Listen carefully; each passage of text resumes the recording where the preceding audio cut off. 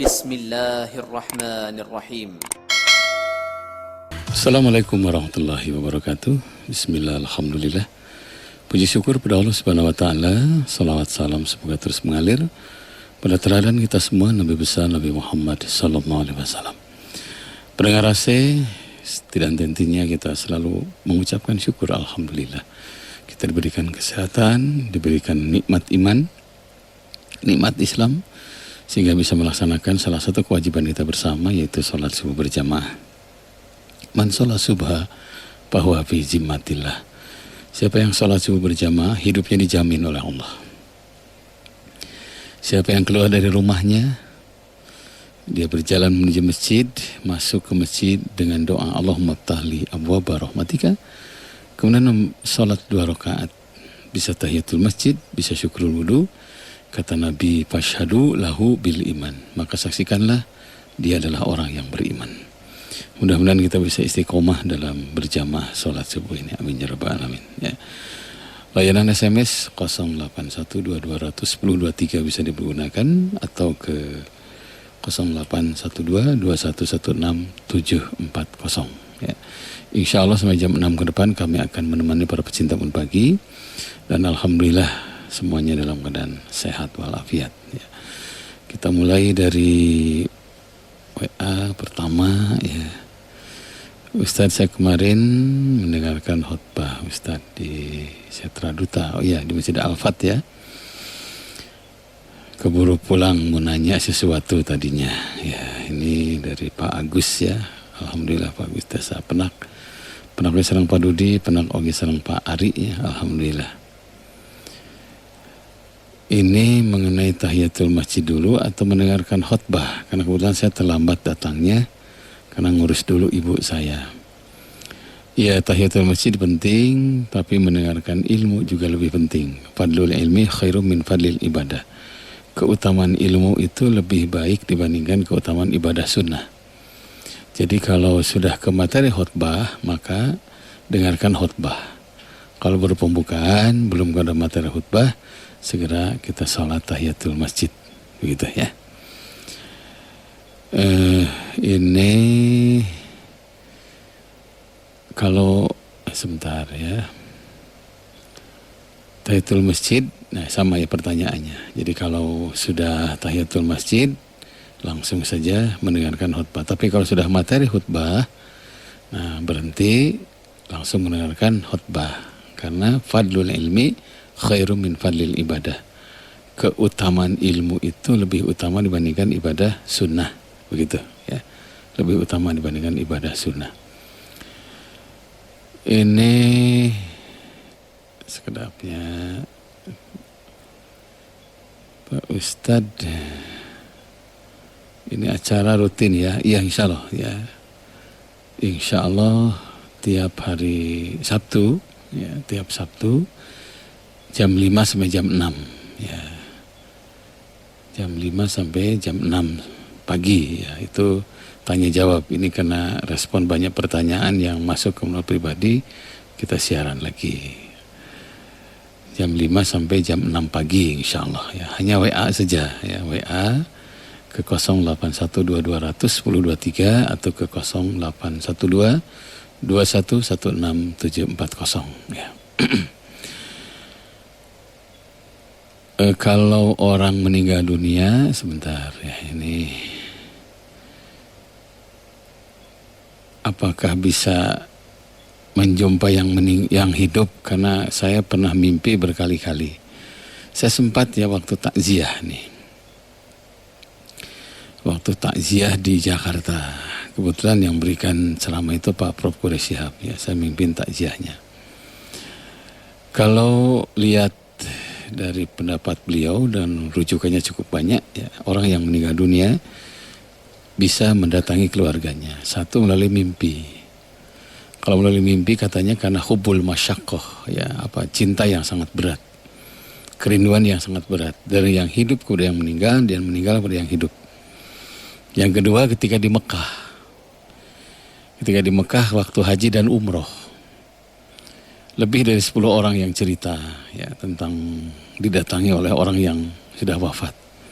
Bahkan ada seseorang Sebelum berangkat umroh, ya 6 bulan sebelumnya, ibunya sempat nanya, kamu mau apa katanya. Mama mau berdoa.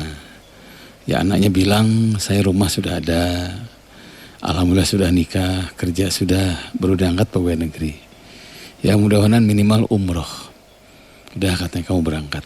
Ibunya ngambil wudhu, mau sholat duha, mau mendoakan anaknya, terpleset di kamar mandi, meninggal dunia. Innalillahi wa inna ilaihi raji'un. Semuanya kaget ya, karena begitu mendadak wafatnya. Alhamdulillah 2 bulan berikutnya beliau ini dapat hadiah berangkat umroh. Dan subhanallah ya, setiap istilam bismillah Allahu akbar, ternyata seluruh ibu-ibu yang ada sekitar Hajar Aswad itu wajahnya seperti ibunya almarhumah. Dan itu yang disebut dengan menunjungi keluarganya. Begitu besar nilai umroh dan haji, sampai yang meninggal pun bisa mendatangi keluarganya. Ada yang sekarang sudah wafat, baru kemarin wafatnya. 3 kali umroh dengan saya. Umroh pertama mendoakan anaknya, kedua anaknya alhamdulillah berhasil sudah menikah. Nah berikutnya umroh lagi. Saya tanya, Pak umroh ini doanya apa? Saya rindu sama ayah saya Ustadz katanya. Satu saat tawaf sunat ya, sekitar jam 2. Terus saja tawaf. Dan alhamdulillah selesai tawaf, kemudian kita berdoa di tempat-tempat multajam. Kemudian makam Ibrahim, masuk ke mijab Ka'bah. Mijab Ka'bah itu di bawah talang emas. Setelah itu berdoa sambil menatap Ka'bah. Karena ada hadis mengatakan doa yang diijabah salah satunya inda ru'yatil Ka'bah, ketika menatap Ka'bah. Pas pulang saya ajak ya, kemudian beliau mengatakan saya belakangan kayaknya katanya. Oh ya, rupanya permintaannya belum puas ya. Beliau mengulang kembali sendirian di multajam makam Ibrahim, Hijr Ismail, kemudian menatap Ka'bah juga sambil berdoa mendoakan ayahnya. Setengah jam kemudian, setengah jam ya, 1,5 jam lah kurang lebih saya nunggu. Beliau keluar dari haram dan bengkak ya mata beliau. Orang sudah bilang carindul. Dan subhanallah ya, dia cerita Ustaz sambil rangkul saya. Hari ini saya bahagia. Kenapa? Saya melihat ayah saya almarhum tersenyum di Hijr Ismail. Ayah kapan wafatnya? Sudah 20 tahun yang lalu. Ini menunjukkan bahwa dalam kondisi tertentu yang meninggal bisa mendatangi keluarganya. Nah yang ketiga, ketika ada salah satu keluarga yang sakit, suka ada yang manggil-manggil yang sudah meninggal. Itu karena ada hubungan batin yang luar biasa. Makanya saat itulah anjuran Rasul, tidak salah, ulang-ulanglah baca surat Al-Mulku katanya. Itu bagian dari cara untuk mempermudah kematian supaya kematiannya keberkah. Begitu ya. Makanya dalam hadis Muslim salah satu dosa besar itu adalah melangkahi kuburan. Itu nggak boleh. Kamu nggak jual kuburan mah. Nah, melangkahi kuburan nggak boleh. Nah untuk inilah dalam Islam salam saja coba lihat sama itu. Kepada yang hidup assalamualaikum, kepada yang meninggal pun assalamualaikum. Gitu. Jadi kalau sudah assalamualaikum itu sama dari kepada yang hidup dan yang meninggal, berarti mukhatabnya objeknya sama. Nah, assalamualaikum kepada yang meninggal, assalamualaikum juga kepada yang hidup. Berarti ada isyarat bahwa yang meninggal itu mendengar ucapan salam kita. Walau alam bisa. Nah terus gimana sikap kita bila mimpi ketemu dengan yang meninggal? Segera doakan. Bisa Allahumma gfirlahu warhamhu wa'afifu anhu, bisa Rabbirhamhuma, atau kalau ada waktu zarah ke makomnya. Man zara qabra abawaihi, siapa yang jarah ke kuburan kedua orang tuanya, au ahadima, atau salah satu di antara keduanya, ghufira lahu, dimaafkan dosa-dosanya. Wa kutiba baron, dan dicatat termasuk amal kebaikan. Begitu ya. Iya, assalamualaikum, waalaikumsalam. Kang Haji badhe tumaros upami sebentar ya. Doa Rajab itu betul ya. Allahumma barik lana fi Rajaba wa Sya'bana wa barikna ila Ramadan. Betul itu, silahkan ya. Itu diamalkan. Apa hikmah dari doa ini? Satu, karena isyarat bahwa Nabi mempersiapkan bulan Rajab itu 2 bulan sebelumnya. Maaf, persiapan bulan Ramadan itu 2 bulan sebelumnya. Terbukti ada doa, Allahumma barik lana fi Rajaba wa Sya'bana wa balighna Ramadana. Itu adalah isyarat bahwa Nabi SAW mempersiapkan Ramadan itu 2 bulan sebelumnya. Yang kedua, doa ini harapan. Kita ingin sampai usia kita pada bulan Ramadan. Bila sudah berdoa berkali-kali selama sebulan, 2 bulan penuh, bulan Rajab dan bulan Sya'ban, insya Allah bila wafat sebelum Ramadan, dihitung wafatnya, wafat bulan Ramadan.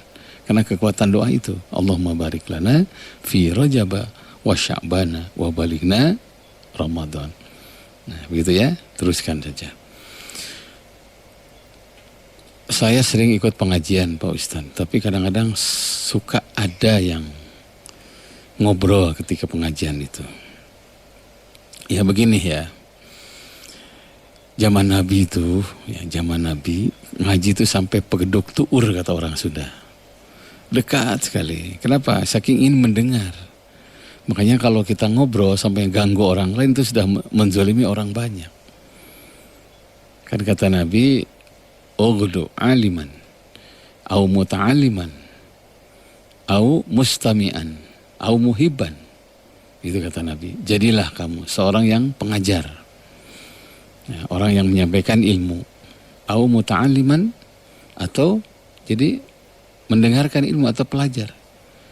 Kalau tidak bisa, au mustami'an, mendengarkan. Dengarkan dengan baik, simak dengan baik. Kalau baru, bawa catatan. Nah, kalau tidak, au muhibban, atau mencintai ilmu. Nah, satu dari anjuran Nabi dari 4 itu adalah mustami'an. Jadilah mustami' yang benar, mendengarkan yang baik. Harus menghormati orang yang sedang cari ilmu. Makanya ada hikmahnya ya sekarang dengan jaga jarak itu otomatis komunikasi jadi agak jauh. Khusyuk dengarkan. Kenapa? Ada ilmu di situ. Walaupun ilmu itu sudah kita tahu, tapi tetap ilmu harus diulang-ulang. Bagaimana Allah mengulang-ulang perintah salat dalam Al-Quran. Bagaimana Allah mengulang-ulang perintah tahajud. Bagaimana Allah mengulang-ulang perintah zakat. Karena ada orang tuh baru sadar setelah perintah itu diulang-ulang. Sama, nasihat pun sama. Tidak boleh bosan. Karena kita tidak tahu dari nasihat keberapa anak kita nurut gitu ya. Nah, ini orang sudah jauh-jauh mencari ilmu, kita ngobrol dan ngobrolnya tarik. Ngobrolnya itu kirang dangu serang nu bong gitu ya. Mengganggu itu. Makanya tugas kita adalah mengingatkan. Ingatkan saja, dekati, dengarkan dengan baik ya. Ya, berikutnya Assalamualaikum, waalaikumsalam. Alhamdulillah Pak Ustadz, suami saya baru mu'alaf. Sekarang lagi belajar tentang sholat. Alhamdulillah. Ngiring bingah ya teh, ngiring bingah. Luar biasa ya. Dia sempat nanya, sebaik-baik iman itu apa katanya. Saya bingung karena saya jelaskan iman itu ya rukun iman. Iman kepada Allah, iman malaikat, terus sampai 6. Tapi kalau ingin afdolul iman, sebaik-baik iman, kata Nabi, afdolul iman anta'lama annallaha ma'aka haitsuma kunta. Iman itu adalah meyakini bahwa Allah selalu bersamamu. Nah, Allah bersamamu haitsuma kunta, di mana kamu berada. Itu merasa dimonitor oleh Allah, itu iman. Di kantor ada Allah, di rumah ada Allah. Di tempat kerja ada Allah, yang tani di sawah ada Allah, di kebun ada Allah, di pasar ada Allah. Kalau semuanya meyakini bahwa Allah itu ada di mana-mana, berarti dia harusnya malu berbuat dosa. Buah dari diyakini Allah bersama kita, dia malu berbuat dosa. Ketika malu ada pada dirinya, kata Nabi, al-haya'u wal imanu kornan jami'an. Malu dengan iman itu satu kesatuan. Gak usah sama orang lain, sama Allah. Orang lain saja. Malu sama anak, itu iman itu. Malu sama istri, iman. Ibu-ibu malu sama suami, itu ada iman. Malu ada orang tua, iman. Sudah punya cucu, malu sama cucu, iman. Malu kepada manusia saja, dia sudah punya iman. Hakikatnya malu kepada manusia, hakikatnya malu kepada Allah. Bersyukurlah kalau orang itu merasa dimonitor oleh Allah. Hai semua kunta, di mana kamu berada. Insya Allah awal dimonitor oleh Allah. Jadi CCTV Allah itu ada di mana-mana ya. Sampai kata Nabi kan al-haya'u minal iman. Malu itu sebagian dari iman. Bahkan qornan jami'an. Malu dengan iman itu satu kesatuan. Ciri orang yang beriman, ya, rasa malunya tinggi. Kalau malu tidak ada dalam dirinya berarti iman sudah tidak ada. Gitu ya. Ya terus bimbing ya teh ya. Ini bagian dari amal saleh ya. Assalamualaikum Pak Ustadz, hari ini awal bulan Rajab. Mohon keterangan juga pencerahannya mengenai bulan Rajab, apa amalannya yang harus dilakukan, disunahkan. Ya pertama, bulan Rajab ulang tahun salat 5 waktu. Makanya tidak salah kalau kita menata kembali salat 5 waktu. Ya. Yang kedua, jangan lupa ada istighfar Rajab boleh dibaca. Yang ketiga ada doa Rajab, Allahumma barik lana fi Allahumma barik jadi lupa ini doa Rajab ya. Ya Allah berkahi kami pada bulan Rajab, wa Sya'bana dan bulan Sya'ban, wa baligna Ramadan. Allahumma barik lana fi Rajaba wa Sya'bana wa baligna Ramadana. Ada juga yang ditambah wasil maqasidana boleh. Kemudian yang berikutnya bulan Rajab juga bulan masjid. Karena Nabi Isra Mi'raj itu pada bulan Rajab dan terjadi antara masjid awalnya Haram ke Aqsa, baru ke naik ke Sidratul Muntaha. Tugas kita adalah kembali ke masjid. Nah kita nggak usah ke Aqsa, ke masjid yang dekat saja lah, ya, ke masjid yang dekat. Karena sekarang ini banyak orang yang rumahnya dekat masjid beragama Islam tapi tidak tergoda oleh adzan. Ya, masuklah ke masjid. Allah ada di situ, gak usah khawatir berlebihan ya. Kadang saya suka ngeluh sama teman saya dan ujungnya teman saya juga curhat sama saya. Tapi kadang-kadang saya termasuk orang yang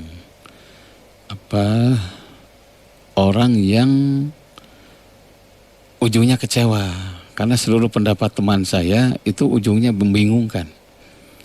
Pak Ustadz mohon pencerahannya bagaimana? Ya begini ya, selama kita banyak mengeluh kepada manusia, itu pintu menuju kekecewaan.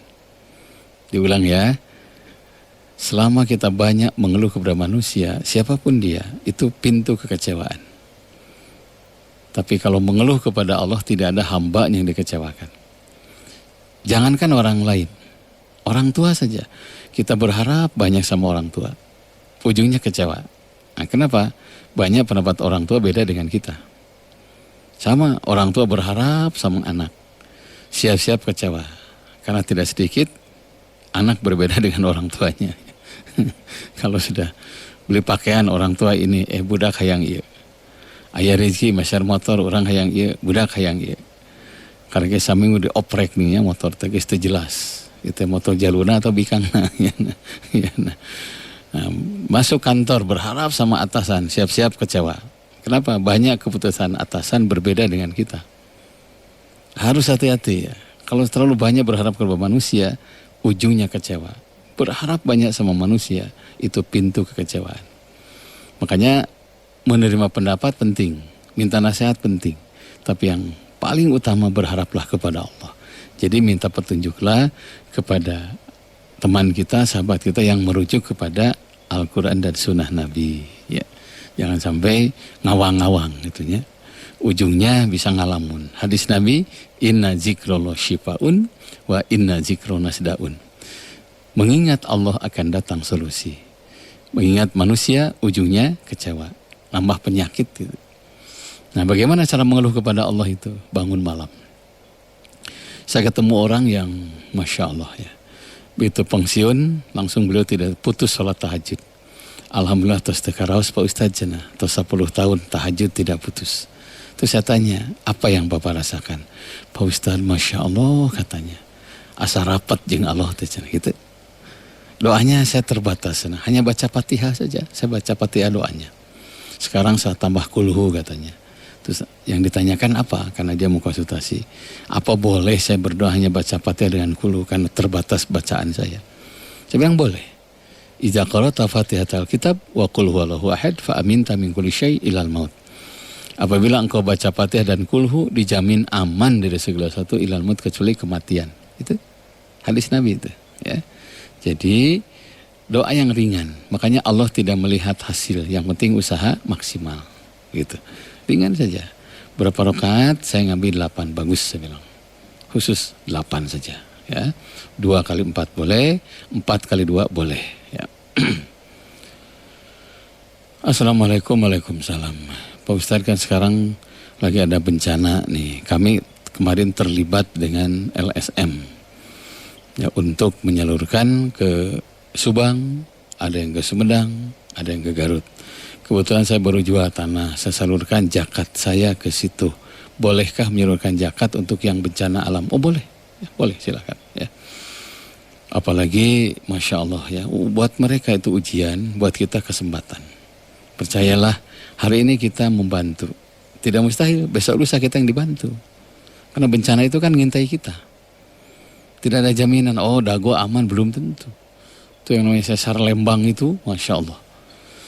Walaupun dari dulu belum terjadi, tapi itu kan ngadodoho kata orang Sunda. Saya ketika ngobrol dengan teman-teman di LIPI, pasti terjadi. Saya bilang kapan terjadinya? Secara teknologi dan keilmuan manusia, tidak bisa mendeteksi kapan terjadinya. Nah kalau manusia sudah tidak bisa mendeteksi bencana alam ini, berarti siapa yang nyuruh? Allah. Satu-satunya cara ya dekati Allah.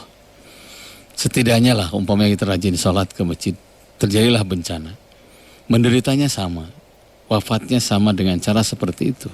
Tapi jangan lupa, di alam kuburnya berbeda. Orang yang ingat kepada Allah pas datang bencana, dia akan bahagia di alam kuburnya. Beda dengan orang yang tidak pernah ibadah, tidak pernah berzikir, tidak pernah sholat, meninggal dunia, kena bencana, menderitanya sama, nanti di alam kuburnya juga sama menderita. Makanya arahin gitu ya. La yudagul mu'min min juhrim maratain. Tidak pantas orang yang beriman itu jatuh lubang 2 kali. Begitu ya. Apalagi bisa bentuknya makanan, kan kata Nabi, afdalus sadaqah. Afdalus sadaqah. Ya Rasul, apa sebaik-baik sedekah itu? Kata Rasul, antus bi'a kabidan ja'ian. Nah, sebaik-baik sedekah adalah mengenyangkan, memberi makan hati yang lapar. Ya, itu di saat kita melihat orang yang kekurangan, ya bisa dibayangkan di mana Jawa Tengah apalagi yang jauh, ribuan hektar gagal panen, puluhan juta kerugian. Satu-satunya cara, bantulah mereka. Kita sedih melihat bencana alam, kita sedih melihat banjir, tapi lebih sedih lagi orang yang mampu tidak membantu. Itu lebih sedih lagi, berarti nuraninya nggak jalan, gitu ya. Jangan kemana-mana, masih bersama 102,3 Rasa FM. Kita simak dulu syair berikut ini, insya Allah sangat bermanfaat. Masih dalam acara Bun Pagi, melalui 102,3 Rasa FM. Masih bersama 102,3 Rasa FM. Suara siapa? Maida ya. Masya Allah. Innallaha ma'ana. Mudah-mudahan bisa mendekatkan diri kepada Allah. Percayalah, innallaha la yu'adzibu habibah walakin qad yabtali. Allah tidak akan menyiksa kekasihnya, tapi suka mengujinya. Ya. Assalamualaikum, waalaikumsalam. Ustadz punten, kalau berzikir atau bersolawat boleh sambil baca atau dengar musik? Ya tergantung ya, kalau musiknya musik-musik syair yang membawa syiar, mendengarkan musik yang mendekatkan diri kepada Allah boleh, nggak ada masalah. Ada hadis gini, inna minasyair hikmah. Dalam syair itu ada hikmah. Apa itu hikmah? Kalau saya nih ya, kalau sudah dengar lagu-lagu Oma ya, lagu-lagu Dul Sumbang, lagu-lagu Darso sambil baca buku, cepat itu masuknya. Mungkin yang lain beda ya, karena tiap orang tuh berbeda. Pindah tempat, di bawah, udah ngantuk pindah ke ruang atas. Ruang atas masih kena tunu pindah karena kasur sare. Karena ngantuk kan ya, katanya saya kemarin dengar orang yang full tidurnya itu akan sehat gitu. Boleh ya, silahkan. Asal jangan musik yang mengganggu gitu kan. Punten mau tanya, saya dan suami salat berjamaah. Tapi saya sholatnya duduk, boleh tidak? Atau saya sholatnya sendiri karena lutut saya sakit, tidak bisa sholat seperti biasanya. Nuhun Pak Ustadz dari 042. Jadi begini, dalam Al-Quran itu dianjurkan sholat itu ala jilid kuruna, ada kiaman, waku'udan. Nah kalau bisa berdiri, kalau tidak duduk. Kalau enggak, berbaring. Nah karena itu, Bila kita sholat tidak mampu berdiri, duduk. Kalau nggak bisa duduk ya berbaring. Kita tidak boleh sendiri berjamaah. Umpamanya imam berdiri, kita berbaring karena sakit, sholatlah berjamaah. Itu dihitung berjamaah. Bahkan kalau alasannya sakit itu dihitung normal. Yang salah itu kuat berdiri malah duduk. Nah itu yang kurang baik. Nah dia tidak kuat berdiri. Saya juga sama Bu ya. Karena mungkin faktor usia juga. Dulu baca surat yang panjang pun berdiri. Lama kuat. Sekarang udah satu halaman saja udah mulai gemetar. Kenapa ya? Faktor usia. Tapi jangan lupa. Saya pernah sholat di satu tempat ya. Karena waktu itu betul-betul ingin menikmati tarawih. Ya. Itu satu malam 1 juz. Lama berdirinya itu. Karena tarawih itu kan arrihu, artinya santai. Tumak ninah, nyalsek kata orang Sunda. Berdiri, ya, 2 rakaat kedua duduk, ya, terus berdiri itu aja berubah-ubah. Tapi ada seorang bapak yang usianya lebih tua dari saya. Mungkin 25 tahun bedanya. Kuat berdiri dari awal sampai akhir. Saya dampingi. Pak, alhamdulillah sudah lama ikut sholat di sini. Alhamdulillah sudah tahun ketiga Ustaz katanya. Saya tadi Pak nggak kuat, gemetaran sampai hampir jatuh. Tapi alhamdulillah saya langsung berdiri. Kan di belakang disiapkan kursi kan. Duduk gitu kan. Tapi Bapak kuat dari awal sampai akhir berdiri. Beliau senyum sama saya, kemudian gandeng saya. Mungkin maaf katanya Pak Ustaz. Mungkin Pak Ustaz bersandar kepada fisik katanya. Bersandar pada kekuatan kaki. Kalau saya berusaha bersandar pada kekuatan iman. Nah inilah ya. Nah, kalau iman yang menjawab insya Allah bisa. Nah, begitu ya Bu ya untuk 042. Berikutnya Assalamualaikum Waalaikumsalam. Ini kalau saya pergi ke luar kota kemudian berjamaah normal dengan yang mukim. Bolehkah? Boleh. Ya, punya begini. Kita pergi kemarin ke Subang ya. Bawa anak-anak, nih hatur nuhun pisan nih untuk keluarga pesantren Nurul Iman ya, dan keluarga besar Ciater yang telah memfasilitasi karena anak-anak itu aduh senang banget ya kemarin. Nah di situ ada 2, saya lihat yang lagi ribut ya di musola itu. Kita harus sholat normal katanya. Kata yang satu kita qashar saja, udahlah masing-masing. Nah akhirnya saya datang, Bu ada masalah apa? Saya bilang ini kok ribut banget. Ini Pak cina ini. Ada yang sholat normal, ada yang sholat qashar. Saya bilang dua-duanya benar, silahkan. Takhir bebas memilih. Akhirnya sepakati sholat normal dengan yang mukim. Jadi zuhurnya 4. Kemudian setelah itu langsung qashar 2. Niat jamaah takdim untuk qashar asar. Nah, tapi ada lagi yang normal dua-duanya, silahkan. Namanya jamaah tamam. Ya, jamaah yang sempurna. Zuhur 4, asar 4. Nah, jadi ini termasuk salah satu metode cara ya. Makanya kalau kita pergi ke Mekah Madinah ada Wadi Kudet itu. Di situ ada musola, ada masjid. Biasanya imamnya sangat keras. Tidak boleh sendirian, harus berjamaah. Ikuti imam, ikuti imam. Jadi di situ kita sholat normal, kemudian jamaah qashar, bisa takdim, bisa takhir. Begitu ya. Alhamdulillah Pak Ustadz, mudah-mudahan saya dikasih kesabaran. Suami saya lagi sakit, lumpuh ya, lumpuh karena jatuh dari motor. Sekarang segalanya di sana. Jadi punten kalau segalanya di sana mungkin dari mulai mandi semua ya, BAB segala macam. Saya minta pencerahan pahala seorang istri yang sabar menghadapi suami yang sakit. Man ahabba syai'a fahuwa asirullah. Siapa yang mencintai sesuatu harus siap jadi tawanannya. Komitmen cinta itu suka dan duka harus bersama. Nah, komitmen cinta itu harus menerima apa adanya. Ada 2 dalam rumah tangga, bila diamalkan insya Allah awet rumah tangga itu. 1 sabar, 2 syukur. Kalau iman itu dibagi 2, sebelah kiri sabar, sebelah kanan syukur. Salah satunya as-sabru indal marid, sabar ketika sakit. Nah, kenapa kalau kita haji atau umroh, kalau dulu ya 3 tahun pertama saya berangkat haji selalu orang-orang Arab tuh nyebut gitu ya, hajah katakan, terus hajah. Setelah itu menyebut istri Nabi Yusuf kan ya, kan Nabi Yusuf Nabi Ayub ya, Itu disebutkan, nah istri Nabi Ayub katanya. Karena Nabi Ayub itu istrinya 3 ya. Yang pertama cerai, kedua cerai lagi, yang ketiga yang paling setia. Nah, dalam keadaan suka dan duka. Nah, karena itu siapa yang sabar menghadapi suami yang sakit atau istri yang sakit, itu surga terbuka. Surga itu terbuka. Makanya banyaklah berdoa, ya Allah, bila ini ladang surga untuk saya, beri kesabaran. Bila sakitnya suami ladang pahala buat saya, berikan saya kesabaran. Bila sakitnya suami ujian kesabaran, berikan kesabaran kepada saya. Sabar terus. Banyaklah baca doa, Rabbana afrik alaina sabra wasabit aqdamana wansurna 'alal qaumil kafirin. Dan ternyata kalau sudah diberi kesabaran, sudah nikmat, sudah biasa lagi ya, ngurus suami, maaf cebok, maaf ngasih baju, maaf mandiin dan sebagainya, insya Allah ladang pahala dan surga terbuka. Begitu ya. Nah, jangan sampai ketika muda sayang 100 nilainya, ketika sakit tetap sayang, itu 200 nilainya. Karena kaidah fikih al-ujratu ala qadrihil masyaqqah. Pahala itu kan sesuai dengan kadar kesulitan. Nah, pahala itu sesuai dengan kadar kesulitan. Berikutnya, Assalamualaikum. Waalaikumsalam. Ini hampir sama ya.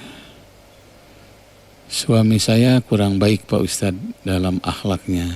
Saya baru tahu ternyata dia punya komunitas nikah siri. Dan suami saya sudah nikah siri dengan teman SD-nya ya. Saya terus terang tidak ridho, akhirnya saya gugat cerai hasil musyawarah keluarga. Ya begini ya, 1, nikah siri pelanggaran ya, menurut undang-undang negara kita.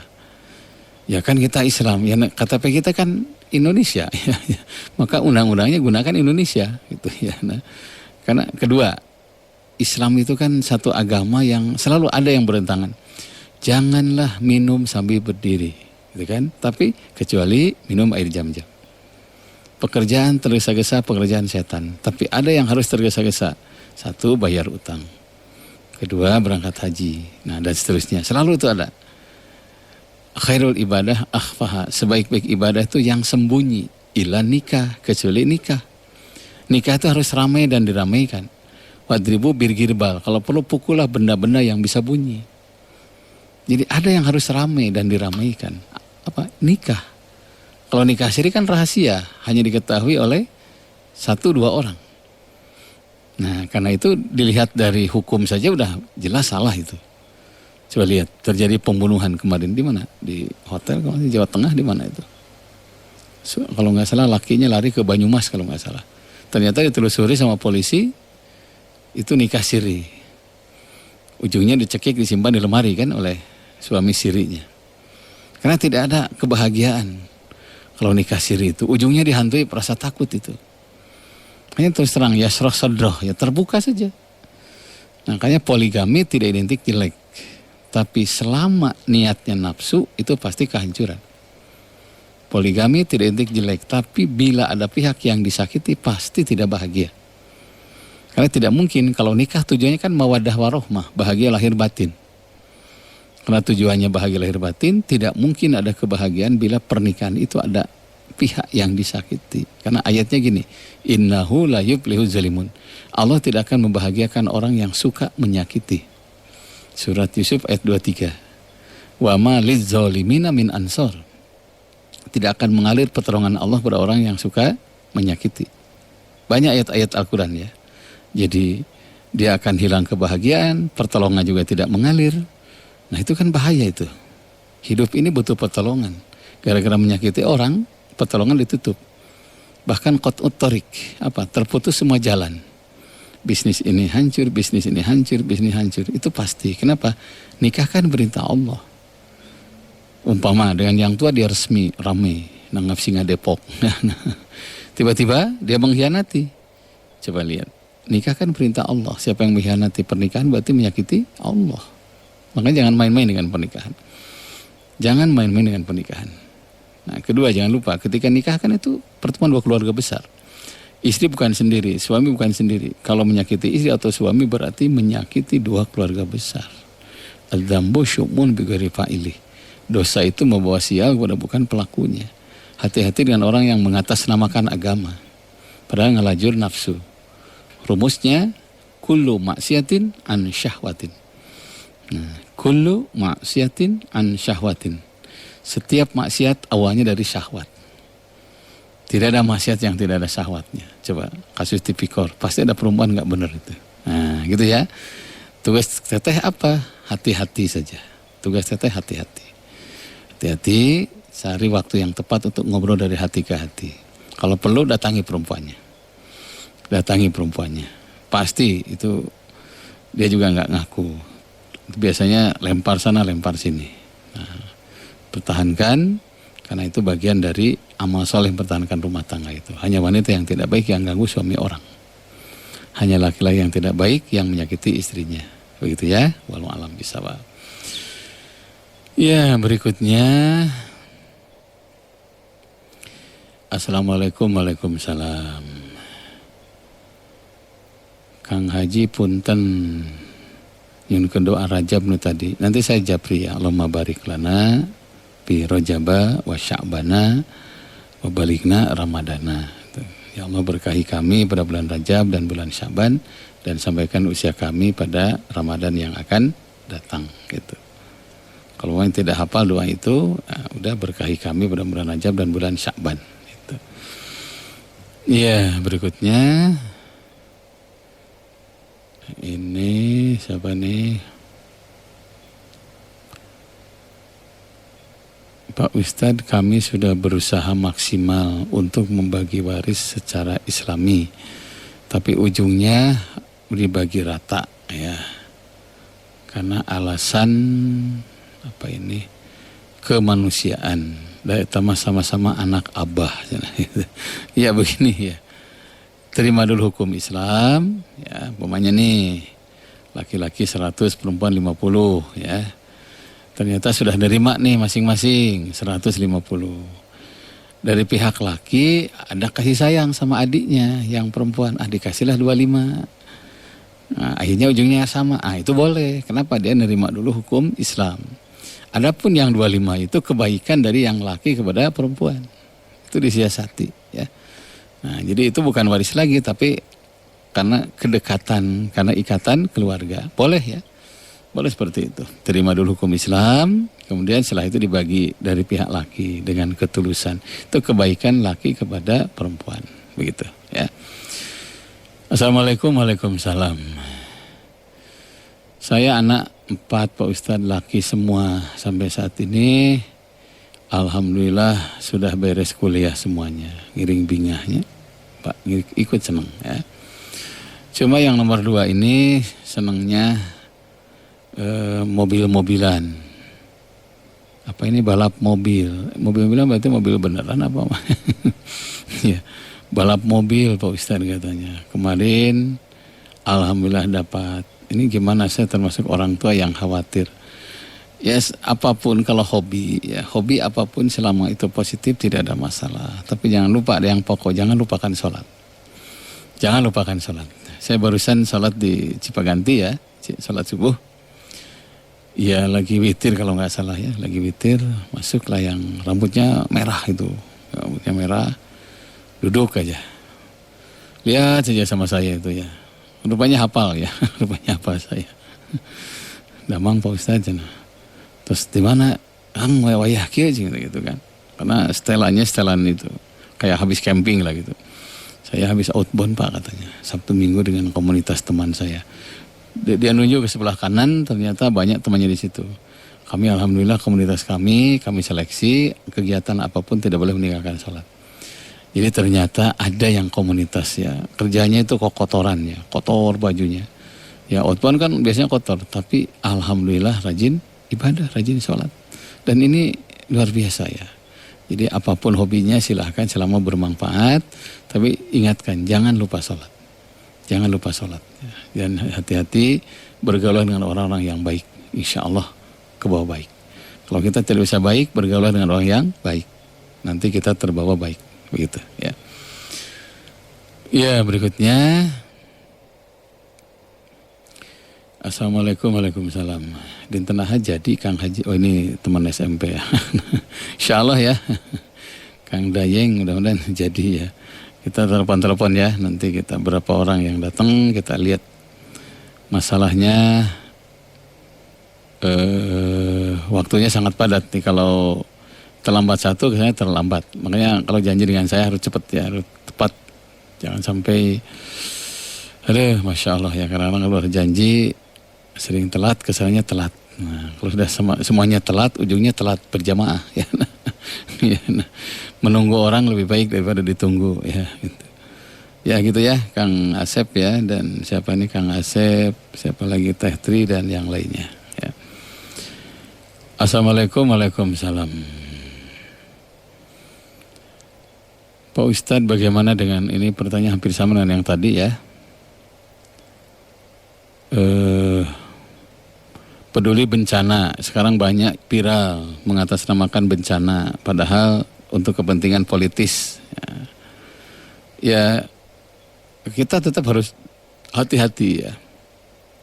Kalau itu zakat ya bentuknya, itu tazkiyah, bersih, suci, subur, maka berikanlah dengan cara bersih, dengan cara suci. Jadi tidak ada embel-embel ya.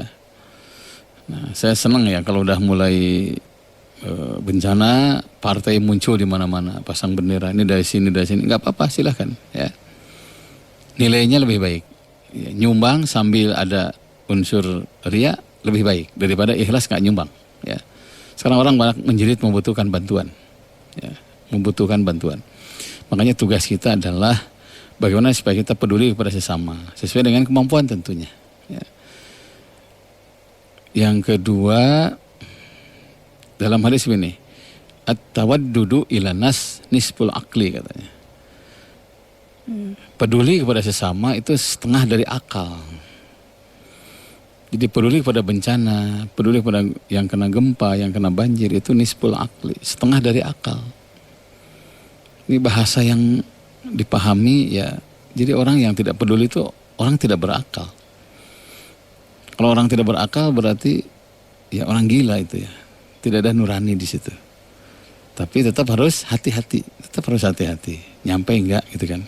Kalau ragu, sampaikanlah kepada orang yang tidak meragukan. Karena ulah mangpang mengpeng ya. Jadi at-tawaddudu ilan nas nisful akli. Peduli kepada sama manusia adalah setengah dari akal. Itu kata Umar bin Khattab ya, setengah dari akal. Jadi ciri orang yang berakal itu berarti akal dalam kondisi tertentu harus dilibatkan. Nah, akal kita nih harus jalan. Nyampe enggak nih? Ragu, tinggalkan yang ragu, kembalikan kepada yang tidak meragukan. Begitu ya. Alhamdulillah Perantas Langkung Damang Pak Ustadz. Alhamdulillah ya, saya ya ulah digubut lah penyakit mah, ulah diogo. Insyaallah ya Bu, pidoana sajalah. Alhamdulillah udah olahraga. Nah, cuma setnya aja dikurangi ya, tidak terlalu banyak ya. Saya lihat spanduk Pak Ustadz di Ciaranjang ya, ada pengajian. Oh iya, kalau nggak salah ini hari Senin ya, kalau nggak salah di alun-alun Masjid Agung Ciranjang kalau nggak salah. Untuk panitia saya mungkin dijemputnya di Pak Haji Didi ya, di situlah makan malam dulu ya di Ciranjang, ada sebelah kiri ada restoran tuh. Insya Allah di sana ketemu ya, dan silaturahmi. Insya Allah tolong protokol kesehatannya diperhatikan karena kita juga harus mengikuti aturan pemerintah supaya kita main cantik, ngaji jalan dengan aparat tidak ada masalah ya, diatur sajalah Kang ya. Insya Allah ya, betul insya Allah hari Senin jam setengah 9 kalau nggak salah mulainya. Assalamualaikum, waalaikumsalam. Menyikapi perbedaan Pak Ustadz mengenai Ramadan, Muhammadiyah sudah menentukan tanggal 13 April. Ya tunggu pemerintah saja ya, tunggu pemerintah. Karena gini, atiullah wa atiur rasul wa ulil amri minkum. Taati Allah dan pemerintah. Pemerintah mana? Pemerintah Indonesia. Kan KTP kita Indonesia. Jadi yang menentukan kapan Ramadan, kapan Idul Fitri pemerintah, bukan ormas. Karena menentukan ya untuk menjaga kebersamaan hukumnya wajib. Menentukan tanggal tapi bukan konflik itu tidak wajib. Bahkan bisa jadi makruh karena menimbulkan pertengkaran. Silahkan masing-masing punya cara. Oh maunya 13, oh saya 14 silahkan. Mudah-mudahan Idul Fitrinya sama. Gitu ya, tunggu pengumuman pemerintah. Begitu, kalau saya seperti itu ya, walau alam. Tentu dengan tidak mengurangi rasa hormat, kalau yang berbeda cara untuk menentukan Ramadan. Saya dari Lembang Pak Ustadz menanyakan, Pak ini tanah saya kepake beberapa meter sama pengembang, tapi tidak ada ganti rugi. Ini gimana ya? Ya gitulah. Salah satu yang menyebabkan orang tidak berkah adalah menggeser-geser wates itu ya. Hati-hati itu. Punya saya juga sama gitu. Sudah beli untuk kuburan kepake 16 meter. Sudah ngomong berkali-kali. Kalau toh dia beli bukan untuk saya, untuk masjid saya bilang. Anger ente. Ujungnya apa? Udah kena batunya ya. Salah satu nih yang menyebabkan orang itu ambruk, ya, hancur karena sering menggeser batas. Karena tanah orang kan yang dipakai. Sejengkal tanah orang kepake itu 4 bumi digantungkan di lehernya. Hati-hati itu. Batas. Kenapa orang tua dulu batas tanah itu pakai pohon hanjuang? Karena akarnya kan tidak menyebar. Nah, karena tidak menyebar tetap di situ. Nah, makanya hati-hati dengan batas tanah itu. Orang tuh tidak akan bahagia karena geser tanah orang. Makanya harus kubasa, goreng kubasa, aku mau palih mana ya batas nanya iya, palih mana iya. Nah, harus tahu itu. Kalau perlu datangkan sesepuh di situ, bisa Pak RT, bisa Pak RW. Tanah juga saya juga sama ya. Tanah saya juga sama ini, kepake beberapa orang oleh orang yang masya Allah ya, rezekinya lebih banyak dari kita. Tapi anger we, kekerewet gitunya. Pak Haji Damang, alhamdulillah. Punten tacan silaturahmi, tos janji tapi tecias mohonnya. Menteri lepat Pak ya kantor anu janji tecias tapi tak ya kabarnya. Mudah-mudahan sehatnya Kangnya. Ya, mudah-mudahan sehat ya. Abdi teh damel jadi cleaning service. Ya. Tapi ini suka ada uang ya dari yang yang nginap di hotel. Karena saya cleaning service. Apakah uang itu halal atau tidak ya? Ya mungkin ada semacam musyakarah ya, tanda terima kasih, kepuasan. Oh bersih gitu ya. Kalau bersih kita ngasih uang lebih. Boleh. Namanya musyakarah, tanda terima kasih. Tapi kalau umpamanya tidak diterima, ya itu kan berarti tidak mau bersyukur. Terima saja. Dan itu halal insya Allah. Karena pekerja kita. Nah kalau minta, itu lain lagi. Ya, kalau minta, beberes. Teman-teman juga nggak boleh gener. Barang penta gitu. Nah itu lain lagi, kalau dikasih terima gitu ya. Saya mengundang oknum ustadz, tapi belum apa-apa sudah minta pamanyer. Ya, kalau ustadz sudah menentukan ongkosnya berapa segala macam itu kurang baik, itu membatasi rezeki ya. Yang namanya pengobatan herbal, apalagi ustadz ya, baca Quran semuanya itu biasanya ikhlas. Tapi kan ikhlas juga butuh seperangkat. Pastilah ya kayak emut, tapi jangan menentukan harga. Itu hati-hati kalau saya menentukan harga nilainya segini, dalam kota segini, luar kota segini, wah itu sudah nggak bagus lah ya. Hindari saja. Adukan saya ke MUI atau kemana ya. Karena ada Dewan Pertimbangan Ustadz kan sekarang ini. Kedatangan rombongan apa ini? Oh ini masalah pernikahan ini nyambung ke sini ya. Dari 213 ya. Kang Haji upami abdi pada nikahkan pun anak kumargi terbatas rezeki kayaknya ngariung 2 keluarga saja. Boleh sih, enggak ada masalah ya. Yang penting terpenuhi rukun nikah. Pengantin laki, pengantin perempuan, wali, saksi, ijab kabul, selesai. Ya. Nah, kalau yang lainnya tidak termasuk rukun, ya tidak termasuk rukun. Seserahan tetap masuk rukun. Namun deh, nyawer semuanya. Tapi itu karena suasana gembira, itu nasihat di dalamnya. Yang penting terpenuhi rukun dan hasil kesepakatan 2 keluarga, gitu ya. Saya sudah 2 tahun ditinggal suami Pak Ustadz. Sekarang mang saya tiba-tiba bawa calon buat saya. Bagusnya gimana ya? apakah saya harus apakah saya harus nurut atau gimana? Ya semua orang bisa menikahkan, ya bisa buat calon. Tapi kita juga punya hak untuk menolak. Karena punten rumah tangga itu tidak cukup nyaah tapi kedah bogoh.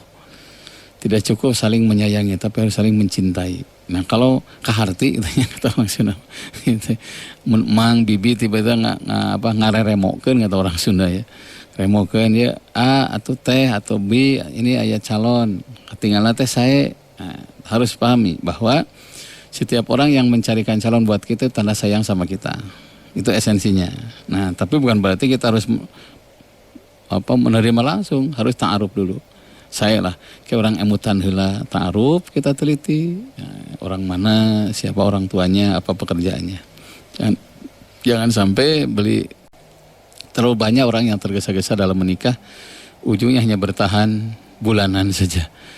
Ada saudara saya tuh bertahan hanya berapa 3 bulan ya cerai. Lebih ekstrim lagi 1 bulan ada 1 tahun. Padahal pernikahannya wah ya habis semuanya. Tapi ujungnya tidak awet. Kenapa? Tidak hati-hati. Al-ana'u minallah. Sikap pertimbangan penuh perhitungan datang dari Allah. Wal ajalatu minasyaiton. Sikap tergesa-gesa dalam memutuskan sesuatu itu datang dari setan. Ya, sudah jam 6. Tidak terasa 1 jam sudah kami menemani para pendengar pecinta Mun Pagi. Insya Allah Sabtu depan ketemu lagi dalam waktu dan gelombang yang sama. Bila ada hal yang baik dari lidah saya, ini rahmat dari Allah. Kalau salah kata, saya manusia biasa, ada keterbatasan. Tidak henti-hentinya saya mengingatkan, bayang dilebihkan rezeki, silahkan. Kita punya Wisma Yatim di Cibuda Dago, lantai 3 Masjid Agung Salam. Yang ingin berpartisipasi, kemudian yang ngirim makanan, alhamdulillah. Yang ngirim beras, alhamdulillah. Yang ngirim uang juga, alhamdulillah. Untuk anak-anak yatim piatu dan orang-orang yang tidak punya. Insya Allah, sekecil apapun pengorbanan kepada orang lain, jadi awal datangnya pertolongan Allah. Cintai sesama, nanti Allah akan mencintai kita. Ringankan beban orang lain, insya Allah Allah akan meringankan beban kita. Subhanakallahumma wa bihamdika asyhadu an la ilaha illa anta astaghfiruka wa atubu ilaik. Alhamdulillahil alamin. Wassalamualaikum warahmatullahi wabarakatuh. Alhamdulillah.